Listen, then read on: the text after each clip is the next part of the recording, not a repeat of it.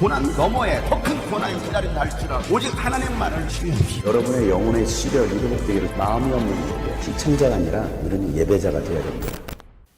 샬롬, 하나님의 은혜가 넘치는 화요일입니다. 오늘도 지혜의 말씀으로 하루를 엽니다. 함께 나눌 말씀은 잠언 13장 14절부터입니다.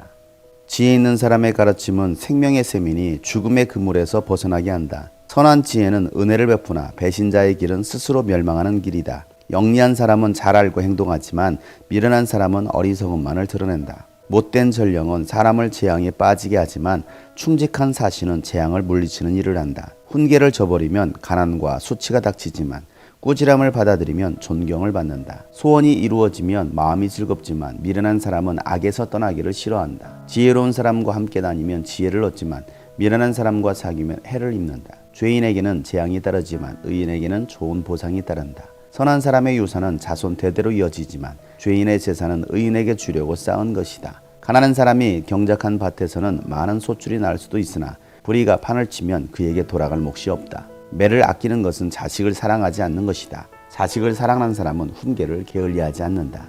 의인은 배불리 먹지만 악인은 배를 줄인다. 아멘.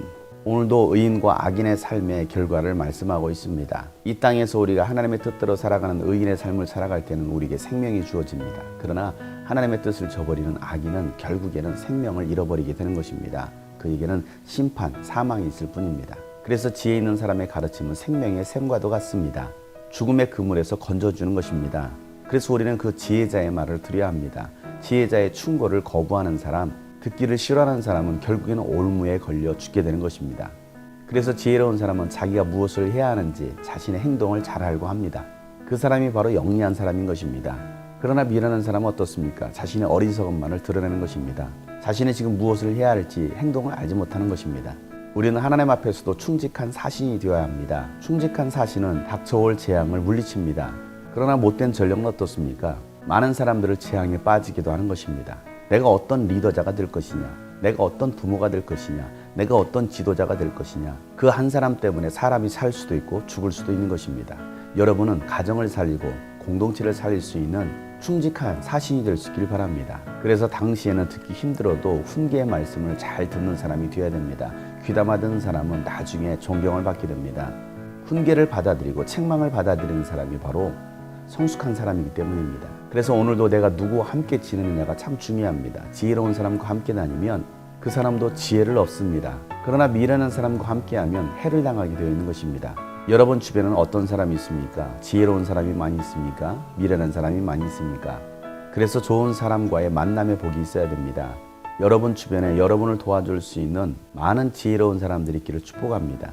그들로부터 지혜도 얻을 수 있길 바랍니다. 저도 때로는 저보다 어린 사람이 저에게 조언을 해줄 때 그 조언의 말을 귀담아 듣습니다. 그래서 제 자신을 고치려고도 합니다. 그것이 지혜인 것입니다. 하나님은 하나님의 자녀들, 의인에게 반드시 좋은 것으로 보상해 주십니다. 세상이 아무리 불의하고 악하다 할지라도 불공정한 사회 속에 여러분들이 살고 있더라도 오직 하나님의 말씀을 의지하고 하나님의 말씀대로 살아갈 수 있는 지혜로운 자, 의인이 되시길 바랍니다. 하나님께서 여러분을 지키십니다.